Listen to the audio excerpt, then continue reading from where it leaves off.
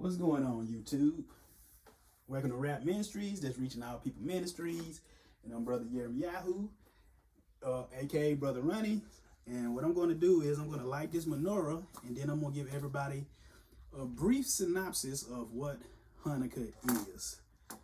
You know, I'm going to do this in the dark, so so forgive me if I'm stumbling and bumbling in the dark. So let me go ahead and get this thing going.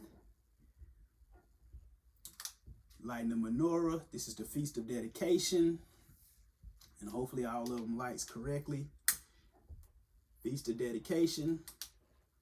Lighting the menorah, which is a seven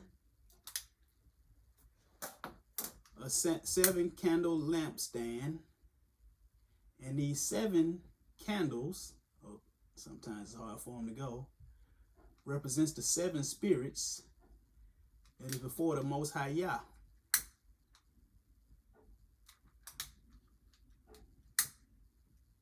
Go. You know the 7 archangels, Gabriel, Michael. Those are the ones that the Bible mentioned. You can read about all of them in the book of Enoch. That one don't want to act right. It's always one. There we go. Let's keep it burning. There we go. So I'm going to see if I need this flash on here. But this is the first night of the Feast of Dedication. See if I can turn off. Do I need the... Nope, I actually don't need it. See if it'll... No, it won't let me turn it off. Won't let me turn the flash off. But I'll go ahead. That'll help me with my reading. But this is the first night of the Feast of Dedication. You know, a Hebrew day starts. Check and make sure everything's good again. Hold on. Yeah, the Feast of Dedication is always in the wintertime.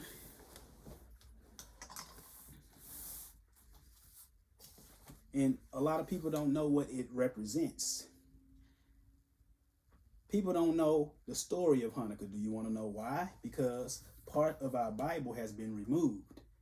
That is the Maccabees, which is in the Greek Septuagint, the Apocrypha. It's been removed. Everything that I will tell you today, you will be able to go into the Apocrypha and get all of these things. But people say, oh, the Bible doesn't say anything about the Feast of Dedication. Yes, it does. Matter of fact, the place where you see it, guess who's there? Your Master and Savior, Yeshua HaMashiach, or Yahushua HaMashiach. Others call him Jesus. So that's the first place we're going to go to, because, you know, in this season that we're in, a lot of people say we're in the holiday season. You know, it was Christmas, December the 25th. So on the news, they were saying, oh, this is every 15 years that Hanukkah or the Feast of Dedication falls on Christmas, once every 15 years. They say it's on Christmas Day. Well, no. Christmas, this would be what is known as Christmas night. This is nighttime, but for the Hebrews, it's already the next day. So it's an 8-day feast. This is the first night, and you know, I just wanted to come on here and wish everybody a happy Feast of Dedication, what it represents. And we're supposed to be in a season of dedication, dedicating our lives to the Most High Yah. Like the 7 angels that stand before him, they dedicate their existence to him.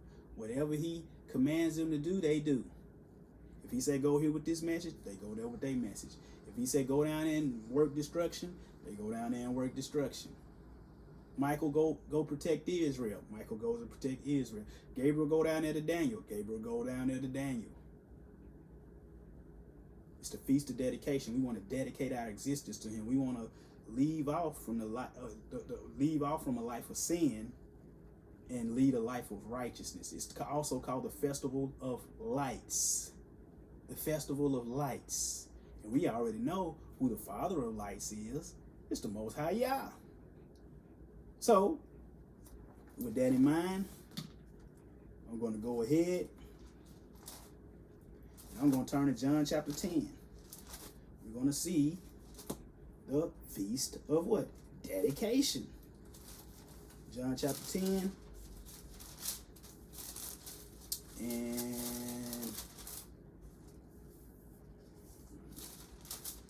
here we are, John chapter 10. And I'm reading out of the New King James Version of the Bible. And above the heading, it says, the shepherd knows his sheep. He knows his sheep. Are you his sheep?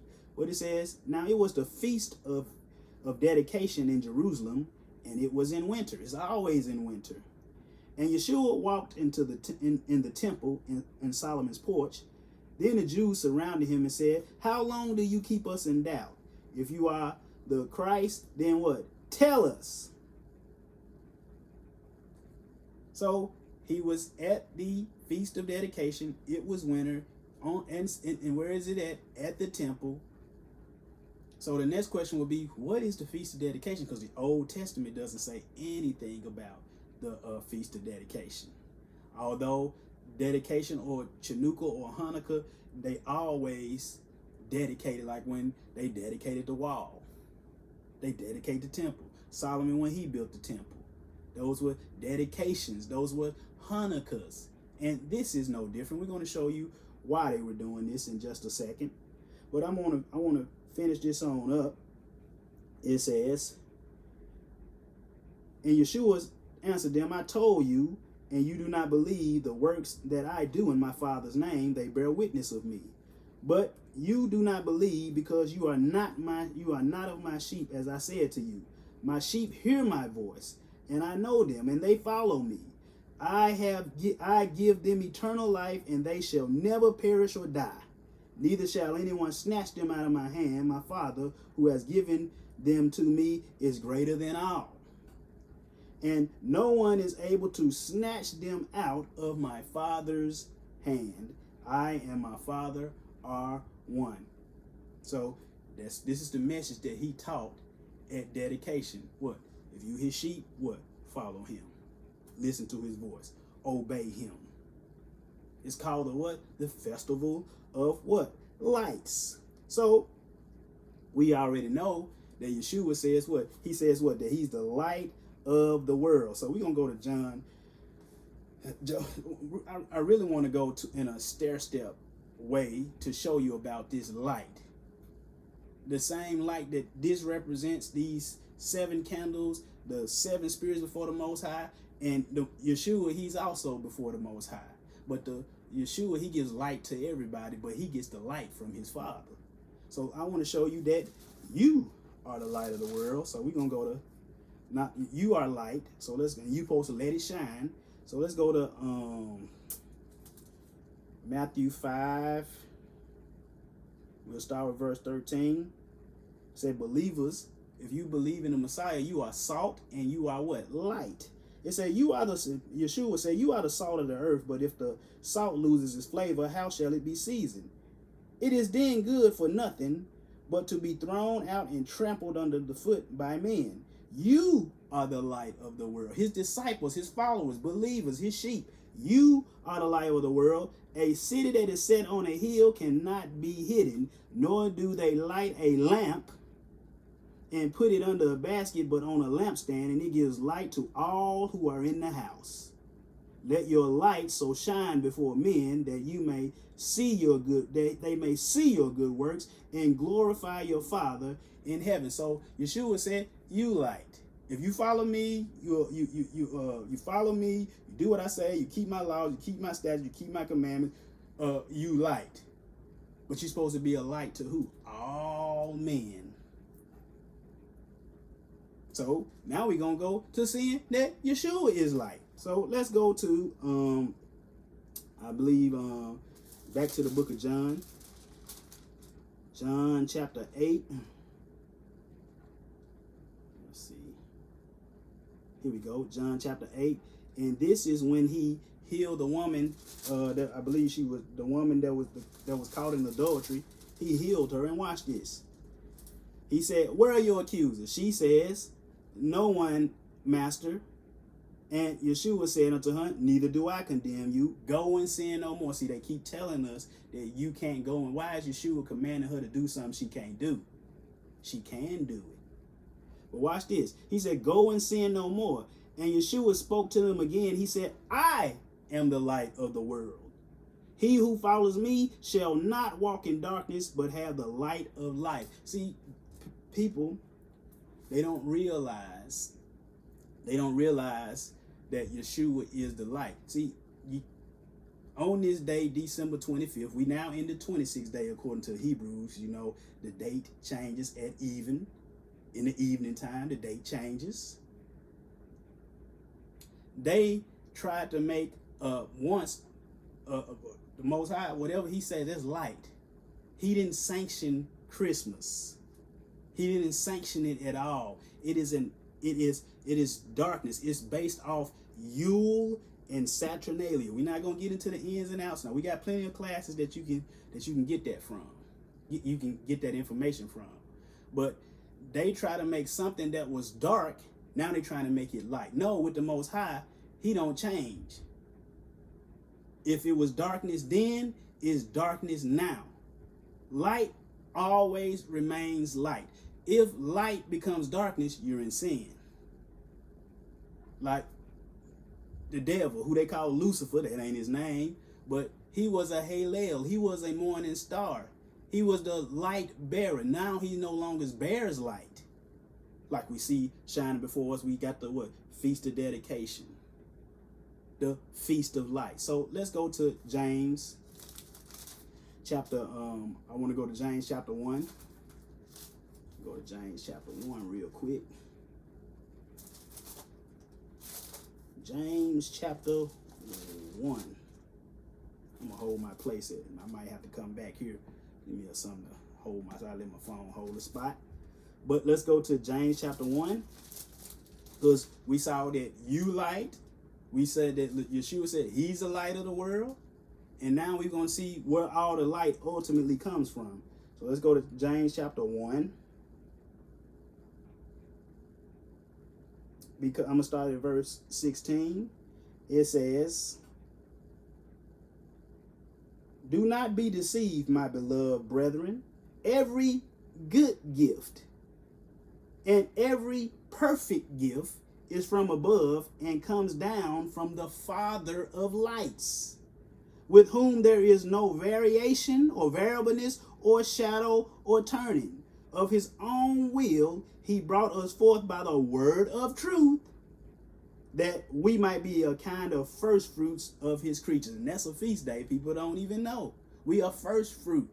Like Yeshua is the first. We are a kind of first fruit. Yeshua is the first fruit, and we are supposed to replicate after his kind. You know, light. You know, the law is a lamp. It's a lamp. It's a light to our what? To our paths. We're supposed to walk by it. But what is again? What does it say? Every good gift and every perfect gift is from above. Where did the law, statutes, and commandment come from? They came from above. And they are what? Perfect. And Yeshua is the living embodiment of those words. He is those words on the page in the flesh, and coming out, and it's supposed to be the same with you. That's what people don't understand. We don't get it. I'm gonna go back to John, because what it said, verse 22, it said, now it was the what? The feast of what? Dedication. So what we gonna go to, brothers and sisters, we gonna go to First Maccabees. Maccabees? Bro, I don't know nothing about no Maccabees. I don't know nothing about no Maccabees. Get you a Greek Septuagint. It's the Hebrew scriptures into Greek, but this one is an English translation. So we're gonna go to First Maccabees. Let me line my stuff up, and I'm also gonna go to Josephus in just a second. You know, so I want to go to First Maccabees chapter 4, and we're gonna see what happened. Why do we do this Hanukkah? Most Sunday Christians have no idea. Have no idea. So I want to start with verse 36, so bear with me. And it's a little dark and these words are small, but I can see them. It said, then said Judas, that's Judas Maccabeus, and his brethren, behold, our enemies are discomfited. Let us go up to cleanse and to what? To dedicate the what? The sanctuary. Why would they have to dedicate? Why would they have to cleanse and dedicate the sanctuary? Because someone defiled it. It said, upon this, all the hosts assembled themselves together and went up into Mount Sion or Zion. And when they saw the sanctuary desolate and the altar profaned, well, how did it get profaned? And the gates burned up, and the shrubs growing up in the courts as in a forest or of the mountains, yes, and the priest's chambers were what? Pulled down.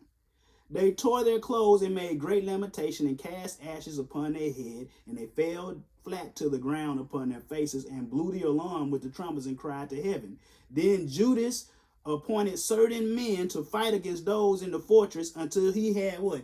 Cleansed the what? The sanctuary. So he chose priests of blameless conversation or conduct, such as had pleasure in the law. What about you? Do you have pleasure in the law? Who cleansed the sanctuary and bear out all the defiled stones into an unclean place. And when what they do when cleansed the sanctuary and bear, they took out the old defiled stones into an unclean place. And when they consulted what to do with the altar of the burning offering, which was profane, they thought it best to pull it down, lest it should be reproached to them, because the heathen had defiled it. Therefore they pulled it down and laid up stones in the mountain of the temple in a convenient place, until there should come a prophet to show them what should be done.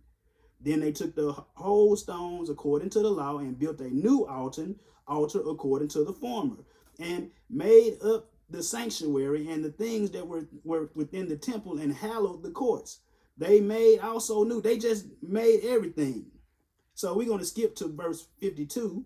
It says, now on the 25th of the 9th month, which is called the month of Kislev, in the 148th year, they rose up betimes in the morning and offered sacrifice according to the law upon the new altar of the burnt offerings which they had made. Look at what time and what day the heathen had profaned it, even in that it was dedicated with songs. So they sung during the Feast of Dedication. They played instruments like harps and cymbals. Then all the people fell on their faces. They worshiped the Most High and praising the Yah of heaven, the Elohim of heaven, who had given them good success. And so they kept the dedication of the altar 8 days. This is an 8-day feast. And offered burnt offering with gladness, and sacrificed the sacrifice of deliverance with praise. They decked also the forefront of the temple with crowns of gold, with shields, and the gates and the chambers were renewed, and hanged doors upon them. Thus there was a great gladness among the people, for that the reproach of the heathen was put away. Moreover, Judas and his brethren with the whole congregation of Israel ordained that the days of the dedication of the altar should be kept in their season from year to year by the space of 8 days, from the 25th day of the month of Kislev, with mirth and gladness. So this is why we do. The temple was defiled. But why was the temple defiled? Because what the Judas Maccabees and the elders back then, they decided, we're going to do this Feast of Dedication. And this was maybe 150 or so years, 160 years before Yeshua. And for 160 years, they still keeping this dedication, and Yeshua right there in the midst of them. You said, well, they don't say that Yeshua did the Feast of Dedication. Go watch our class, The Messiah and Hanukkah, that we did last year, and you will see that's exactly what he did. We don't got time today to get into all that. But what happened? Why was it defiled? Why was it defiled? Nobody can tell you. So we're going to go, let me see. We're going to go to Maccabees chapter. We're going to go to the chapter chapter 1 to show you what they did specifically. So I'm going to start with verse chapter 1. And let me see what it will probably be. I'm going to just start with verse 10 so we can show you who did this. This is verse 10. And there came out of them a wicked root. You know, Alexander the Great conquered the world. He died. His kingdom was split up. But in that kingdom, the Syrians, Antiochus Epiphanes rose up. And he did a certain thing. We're going to show you what he did. And there came out of them a wicked root, Antiochus, surnamed Epiphanes, son of Antiochus the king, who had been an hostage at Rome, and he reigned in the 137th year of the kingdom of the Greeks. In those days there went out of Israel wicked men, who persuaded many, saying, let us go make a covenant with the heathen. Just like today, we got people, they in covenant with the heathen, they're keeping their holy days. But we're going to go ahead and skip down to verse 19. It said, thus they got the strong cities in the land of Egypt. Antiochus, he took the spoils thereof. And after that, Antiochus had struck Egypt. Let's keep going down. Skip to verse 21. And enter proudly into the, hold on, I'm going to read that.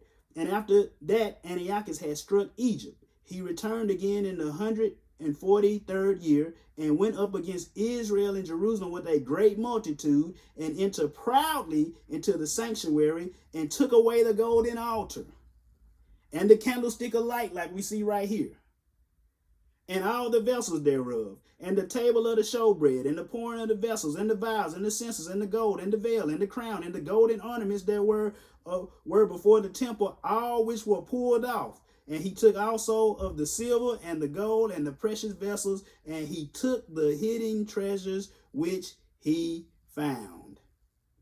But let's skip ahead. Let's see what he did. Some more. We're going to skip to verse 39.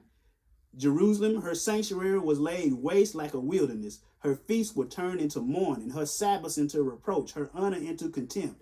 As had been her glory, so was her dishonor increased, and her excellency was turned into mourning. Moreover, King Antiochus wrote to his whole kingdom that all should be one people, and everyone should leave his laws. Told y'all leave Hebrews, you can't do that no more. You ain't keeping no Sabbath no more. People don't realize what he did. He desecrated the temple. We're gonna show you the altar. We're gonna show you what that was in just a second. We ain't got too much long to go. He made them say you can't keep your laws, you can't keep no Sabbath day. So what people don't realize today, you in agreement with Antiochus Epiphanes. You doing the same thing. Y'all bosom buddies. And then he made all of the Hebrews, he made all of them eat swine. And if they didn't eat swine, they were put to death. And then he made them come worship him every 25th day of every month. Just like they just did this, just like they just did just like they did Nimrod today, or Tammuz. But you know, the Romans, they substituted Tammuz in for Yeshua in for Tammuz. You see what I'm saying? Whoever is ruling and reigning, back when Nimrod was king and everything, he was a king. His wife, Semiramis, once he died, she was over Assyria. So her son was Tammuz. So whoever comes along next, mind you, at the Tower of Babel, all of the languages were scattered. Every legend was about Nimrod. Every legend was about him, but they just called him different things. And whoever were in power at that time, whoever was in power, whatever they called him, that was what they were called at that time. So by the time we get to the Romans, they call whoever, like Diana of the Ephesians, she's also Artemis. Do you get it? Zeus. Nimrod is Zeus. Do you get it? Whoever is ruling at the time, that's what they call. If it's Egypt at the time, it will be Osiris. That would be Nimrod. He would be Osiris. Who would the child be? That would be what would his name be called? I forgot the name of what the son would be called. Or whatever, but and what would the woman be called? I forgot what she would be called too. Hold on, let me see. Isis, that would be her name, Isis, Osiris and Isis. And the sun would, thank you, Holy Spirit, the sun would be Horus. I had to bring that stuff back, you know. So they would be called different things. Apollos,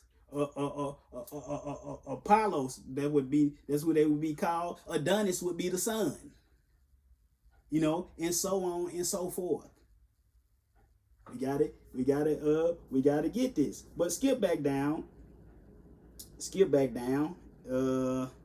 Well, now I ain't gonna skip down. Listen, 41, it said, so all the heathen agreed according to the commandment of the king. Yes, many of also the Israelites consented to his religion and sacrificed to idols and profaned the Sabbath, like we do today. For the king had sent letters by messenger to Jerusalem and the cities of Judah that they should follow the strange laws of the land, and to forbid burnt offerings and sacrifice, drink offerings in the temple, and that they should profane the Sabbaths and festival days, and pollute the sanctuary and the holy people, set up altars and groves and chapels of idols, and sacrifice swine's flesh and unclean beasts. That they should also leave their children uncircumcised and make their souls abominable with all manner of uncleanness and profanations, to the end that they might forget the law and change all of the ordinance, just like today. And whosoever would not do according to the commandment of the king, he said he should die. In the self same manner wrote he to this, Antiochus wrote this to his whole kingdom, and appointed overseers over all the people, commanding the cities of Judah to sacrifice city to city. Then many of the people who were gathered to them, to wit, everyone that forsook the law, and so they committed evils in the land, and drove the Israelites into secret places, even wherever they could flee for succor. Now the 15th day of the month of Caslu, in the 145th year, they set up the abomination of desolation upon the altar, and builded idol altars throughout the cities of Judah on every side, and burnt incense at the doors of their houses and in the streets. And when they had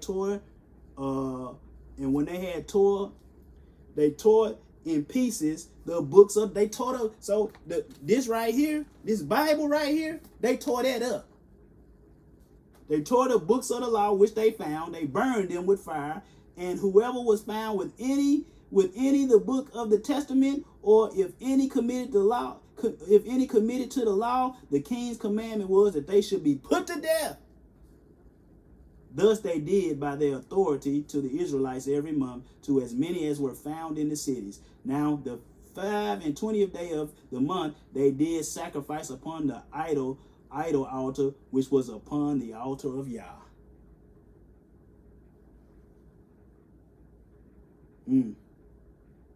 But they did what? They offered what? That's what they did. That's what they did. Antiochus Epiphanes. Now we're going to go to our last source, which is Josephus. I don't know about no Josephus. Well, I'm going to show you one thing about Josephus. I'm going to go to, and before we I'm going to show you something that we can listen to Josephus, because listen to what he said about your Messiah. This is Antiquities of the Jews, 18.3.3. Now this is Antiochus. He says, now there was about this time Yahushua, a wise man, if it be lawful to call him a man, for he was a doer of wonderful works, a teacher of such men as received the truth with pleasure. He drew over to him both many of the Jews and many of the Gentiles. He was the Christ, Hamashiach. And when Pilate, at the suggestion of the principal men amongst us, had condemned him to death, to the cross, those that loved him at the first did not forsake him, for he appeared to them alive again the third day, as the divine prophets had foretold. These and 10,000 other wonderful things concerning him in the tribe of the Christians, or the Nazarenes, so named from him, are not extant as this day. Yeah. So Josephus knew, this was no ordinary man. But let's go. So we can listen to him. And so you got so-called Hebrew Israelites today, to knock only Hebrews who don't believe in the Messiah, who don't believe in the New Testament, and Josephus lived long before them, and he called Yeshua the Messiah. But you want me to listen to your knucklehead behind that got a 7th grade education? Get out of here. But we want to go to Hanukkah. We're gonna go to the reason that the altar was dedicated. Why they let me see where I want to go.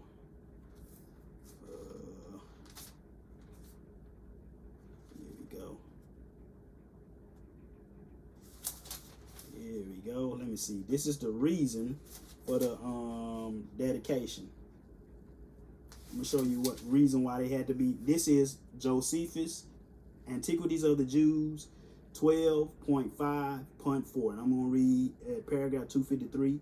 And when the king had built an idol altar upon Yah's altar, just like we read in Maccabees, on Yah's altar, he slew swine upon it, and so offered a sacrifice neither according to the law nor the Jewish religious worship in that country. He also compelled them to forsake the worship which they paid their own God, and to adore those whom he took to be gods, and made them build temples and raise idol altars in every city and village, and offer swine upon them every day. And Judas Maccabeus said, I have had enough. And he rose up and he drave them or drove them out of the Israelite territories with that. And they rededicated the altar. Well, Brother Ronnie, I don't see why you trying to do this. That's sacrifice. We don't do sacrifices no more. Not right now, we don't. But when Yeshua comes back, and don't miss this week's class, it's gonna be called the Sea of Forgetfulness. Ooh. But everybody, he gonna keep cast my sin into the sea of forgetfulness. We gonna see whose sins he casts into the depths of the sea. We gonna see whose sins he do that to. Do he do it for everybody? Or do he do it for a certain group of set apart people, priests? Yeah, we in the season of dedication. Dedicate your life to keep these laws, statutes, and commandments. We are holy people. But, so we see he offers, in Christians today, they say we can eat pigs. Do you understand that you on the devil's side? You on Antiochus Epiphanes' side, and you on the devil's side. The Most High said don't eat that stuff. The Most High said keep the Sabbath. The devil and wicked people say don't do these things. So y'all got the Most High changing. When we just read in James chapter 1 that he ain't no variableness or shadow of change in him. Somebody lying, and it ain't me. He allows you to keep days that the heathen keep. That used to be wicked and evil. Man, you better get out of here with that. But let's go to Antiquities 12.7.7. Now, Judas, after Antiochus did what he did, now Judas, and we already read this in the Maccabees, it's just a historian, a Hebrew historian agreeing with it. It says, now Judas celebrated the festival of the restoration of the sacrifices of the temple for 8 days, and omitted no source of pleasures thereon, but he feasted upon them very rich and splendid sacrifices, and he honored Yah, and delighted them by what? Hymns and songs, just like we just read in Maccabees. Nay, they were so very glad at the revival of their customs. What? See, we don't want the customs today. People that follow a Hebrew Messiah, and his heritage is the laws, statutes, and commandments. And in order for him to sit on the throne of David,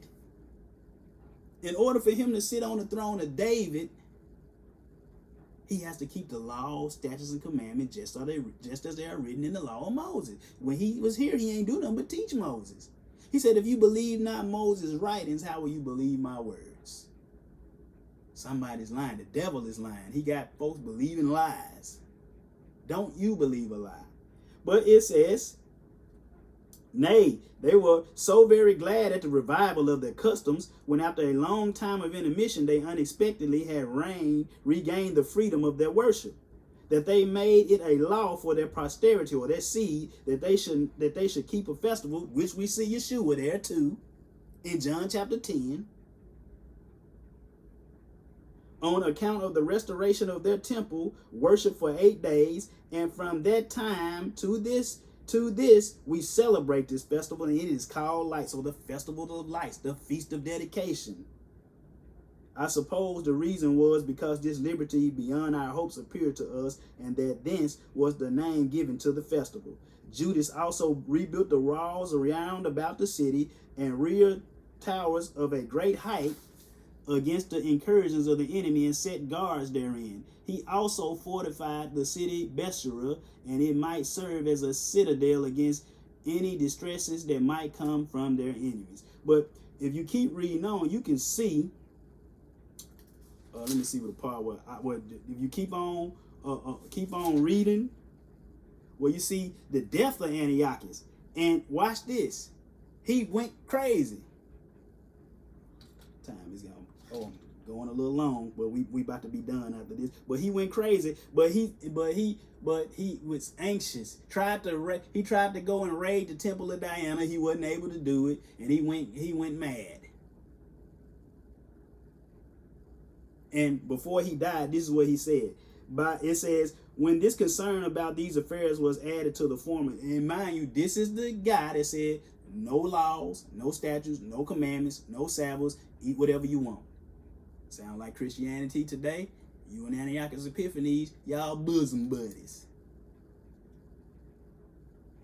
But by the anxiety he was in, fell into distemper, which as it lasted a great while, as his pains increased upon him, so at length perceived that he should die in a little while. So he called his friends in and told them that his distemper was severe upon him, and confessed withal that this calamity was set upon him for the miseries which he had brought upon the Jewish nations, while he plundered their temple and condemned their God. And when he had said this, he gave up the ghost. He said, this has happened to me because what I did to them. I offered swine's blood on the altar. I profaned their temple. I profaned their Elohim. I took away their laws, their statutes and commandments, and this why I'm dying. So all of you people that saying the laws, statutes, and commandments are done away with, you're gonna suffer the same thing. If you don't stop, you're gonna die. When Yeshua come back and set the kingdom up by the rules of Israel, set up the sacrifices back up, rebuild a whole new temple again, the priesthood would be reestablished.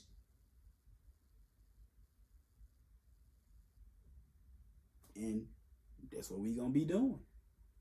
So we keep this feast of dedication. It's not just because we substituting for Christmas so we can still get gifts and presents. No, you need to teach your children what this is, what happened to our people, what happened to the ancient Israelites, our people.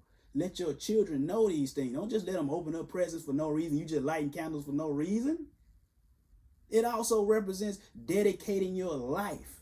This 7 candle menorah right here, this 7 candle menorah is one in heaven. But there's also 7 archangels that stand before the Most High Yah, waiting to do his every bidding. So should you be. You should dedicate your life like that to whatever he tells you, you do with a upright heart. So brothers and sisters, I ain't gonna keep you long. So what do me and my family do? We don't light it every day. We light it the first night. We just whenever we are gonna talk about the Bible or whatnot, we'll light it then, and then tradition is they give gifts every single day. I don't do that. We just pick one day, and that one day then we open the presents up. But I also tell them why we doing this. We ain't just doing this as a Christmas replacement. We ain't doing that. We keeping our Hebrew roots. So if you want to, you don't have to do this, but your Messiah did it. Lights, song, singing, and I told my wife, we're getting ready to get our Reaching Out People Ministries. We're getting ready to get our own spot. I was in the spot yesterday, just looking around, saying where I'm gonna put everything at. But we're gonna do a festival of lights, or a feast of dedication, or Hanukkah lighting the menorah every year, and we're gonna invite people to come with us, to do it with us. We'll tell you, invite everybody, invite your family, invite your friends, invite everybody that you know that might want to come, so we can teach them to try to steer them away from the wicked ways and into the marvelous light of the Most High through His Son. So, brothers and sisters, I ain't gonna hold you no longer. Happy first night of Feast of Dedication. Love and appreciate you. Hope that you can come in with us this Shabbat. Got a great teaching. And it's also gonna be a feast of dedication. We ain't gonna be talking about Antiochus and all that stuff, but it's gonna be like a dedication class. It's gonna show you about the sea of forgiveness. Is not in the Bible, but people, they sure sing the song, the sea of forgiveness. They said He done cast your sins in the sea of forgiveness. That concept is there. We're gonna show you where all they come from, but we're gonna show you who sins He cast into the sea of forgiveness. And it has a lot to do with the priesthood. It does. We're going to show you the heavenly priesthood and the earthly priesthood. Don't miss that class. You will be blessed, and you will be edified, and you will be changed for the better. Happy Feast of Dedication first night. Hope to see you guys later on. I don't know if I might have another teaching before. Might do one tomorrow. Might not. Might want to do the one the day after. Might not. We'll just see. But peace and blessings. Hallelujah. I love you. Serve the King.